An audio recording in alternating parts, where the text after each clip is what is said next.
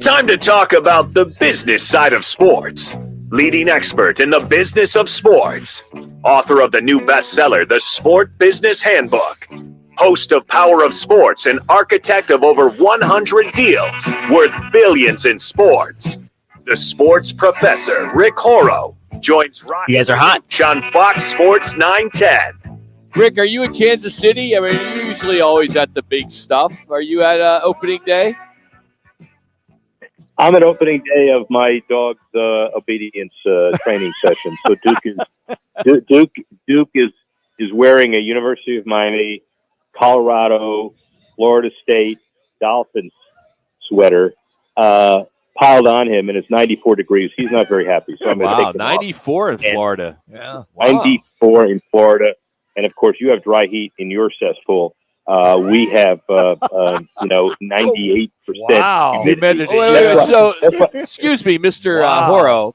Cesspool? Yeah. How am I supposed to get anything done for you as you know our little side deal, and you're calling our city a cesspool? I'm not going to have any luck selling you. Come on. It's wonderful. It's a wonderful city. Yeah. I'm just saying, anybody that you contact that is close to doing a deal, I'm going to throw in an extra parking pass to a major event in Arizona. What do you think? I'm just curious. You have any all your bets with all your Clemson buddies with that big Duke upset? What you collected from all those Clemson Tiger folks back there? Well, one member of the Rooney clan, the Steelers, went to undergrad at Clemson, and he's not returned my texts for 3 days, and I'm trying to figure out why. And listen, it's a commentary on what happens when you do NIL and when you don't. Now, Dabo was on his high horse for 2.5 years, saying, NIL is a devil's work. Now, he didn't really say that, but he didn't embrace it a lot. And look, he is mediocrity mediocrity and Clemson are going to be redundant over the next few years. Rick Horrow, the sports professor, joining us here on Fox Sports 910 Phoenix. Yesterday, Delta Airlines hired Tom Brady as a strategic advisor, not as a spokesperson or some kind of ceremonial role. What the hell does he know about aviation? Well, apparently he's going to fly the Boston to Philadelphia route. It's going to be a short route. He's not going to fly the long haul yet, and the international flights to Paris definitely out. The strategic advisor title is very interesting. Obviously, he's affiliated, and it's going to be valuable. And somebody came to Delta with the metrics of what Tom Brady could be if he talks business, as if he talks 3rd and 10. What would I do? Yeah. So I guess the title is the first entry into the. He's going to be affiliated with us, but we're not going to talk traditional marketing stuff. So I am available as a strategiig advisor for Southwest, for United, for American, for anybody else. He's starting a new trend. So where does he stack now? I mean, when you hear about former athletes that have just made so much money outside of their particular sport, you think of Michael Jordan, of course, Shaquille O'Neal. Tom Brady must be right there. Well, yeah. Or close. Let's see what happens if he cashes in the $250 million Fox deal. I mean, that becomes really significant. And, you got to say that he is eligible for that. We've yet to see him collect on it because we've yet to see him appear in the broadcast booth. And maybe Greg Olson will have something to say about that. He's got a lot of deals he's announced.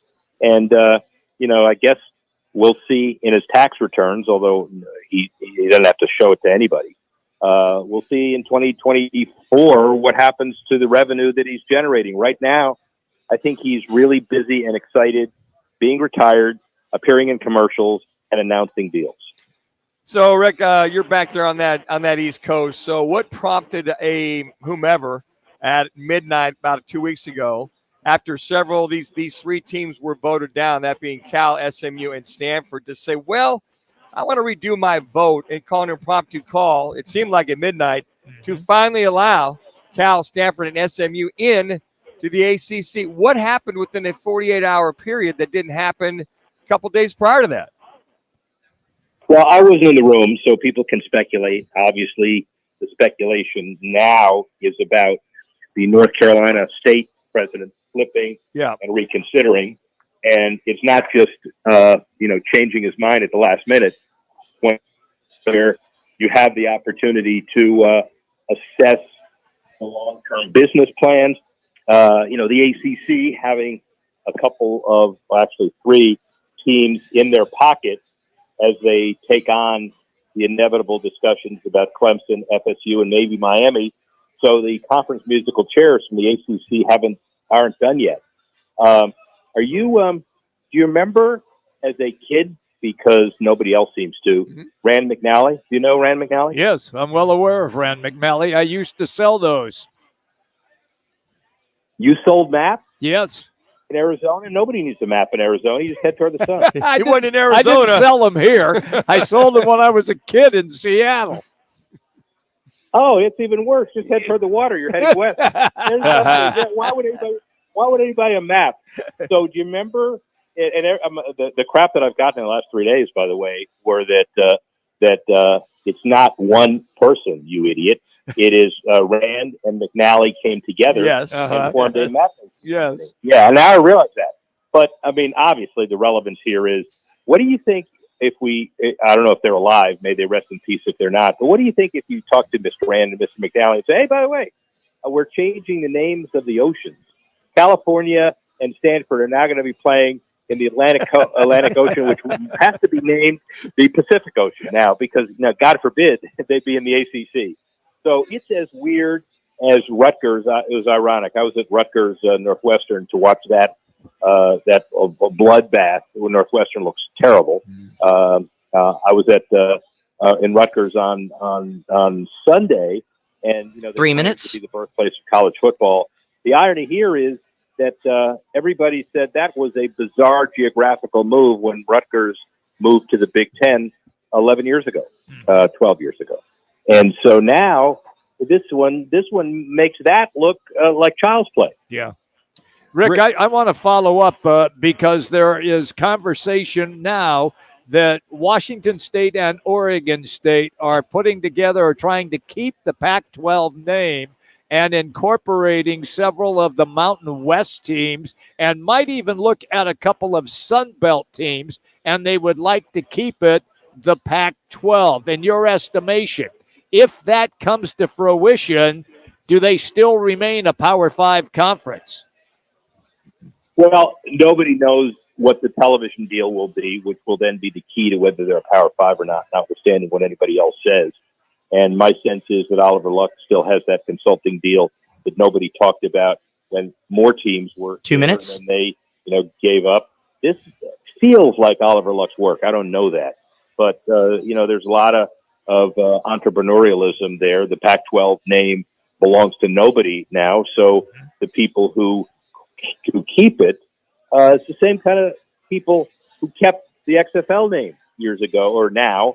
And, all those teams with all those logos that look exactly like what the USFL name. So USFL 1, USFL 2. And, maybe they build on this. I would have thought that Oregon State and Washington State play each other 10 times a season. And then the team that wins the most gets to buy into the conference championship. What do you think? It's a great recruiting tool to know that those two schools play in the conference championship every year. Every year. Hey, Rick, last one. When you look at Colorado and Deion Sanders last week, the 1 TCU minute. game on Fox, the big noon Saturday, was their highest, most watched game ever, 7.62 million. They're going to do it again with Nebraska this week. I think it's unfortunate that the game is a 10 o'clock local start. I think that's ridiculous in Colorado. 9 o'clock here, which is fine. But 10 o'clock, do you think this will do even better numbers than it did last week? I'm going to watch that. You mean I got to get up here for it's a noon start? Yeah, you got to get up at noon. Yeah. I don't care about you. I care about can I sleep in? So yeah. The answer is a lot of people are going to watch it. I read a prompt an hour ago that said it's the most bet on college football game regular season in history. And those two kids I don't know what it is now that he's become super coach.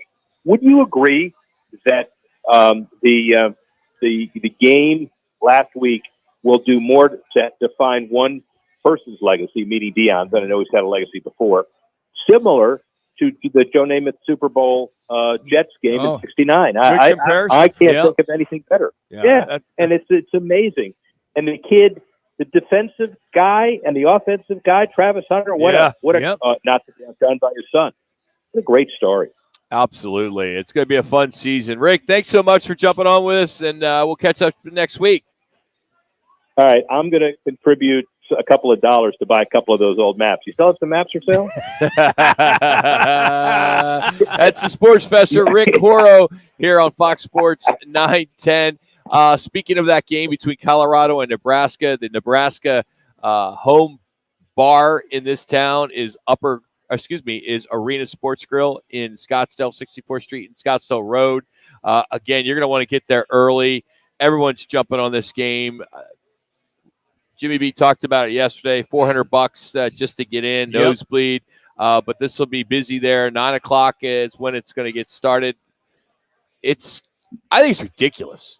10 o'clock start for these players. I'm with you. I think that's just such a disservice. I will tell you this, that if you live in the central time zone, most of the college games in the central time zone, they kick at 11. Yeah. Because that's noon on the east. That's because I made a bet with someone the other day because of that. I mean, that's been 11 forever. Forever. And Big 12, get used to it. It's going to be 11 o'clock. Yes. That's what time starts for Sun Devils fans. So get ready. Your 9 o'clock games. Yeah. They're coming. Yeah. But this game, Colorado, hour time difference, there's no way that game should start at 10 o'clock. I agree, Ron. Well, for the fan base, yes. I understand for TV. What else do they need to prove? Yeah. It's all TV. That's what it is. It's just BS. That's for the fan base. I don't want to tailgate at 6 in the morning. I would agree with that. Now, for the players, a lot of them practice in the morning, early morning, like the Sun Devils. Yeah. All their practice in the morning. So the players, their biological clock is used to, those early practices or early games. But even 10 o'clock their time, that's still an early kick. That's early. I mean, the earliest we used to kick at 1:05. Right. Never before that or in the afternoon. It was a treat to kick at 4 o'clock in the afternoon. Yeah, but you guys both know that TV runs everything. And that is what Fox is promoting for their big noon kickoff show. And it starts at noon. Noon in the East. No, I get it. I just think it's such a disservice. Fan Pick'em, sign up. It's our annual Twin Peaks Fan Pick'em powered by Blue Moon and Coors Light. Make your picks each week for the pro games. Great prizes, including a $5,000 grand prize, weekly man cards. It's all free. Head to fanpick'em.com. Speaking of Twin Peaks, our Twin Peaks picks. Good job, we need the fifth caller right now at 602-260-9191. You'll compete against one of the young ladies here at Twin Peaks in Tempe for a $25 man card. We'll take your picks off the air. Again, 602-260-9191. And here are your picks. Lions and Chiefs, Cardinals and Commanders, Oklahoma State and Arizona State. Those are your three games. 602-260-9191.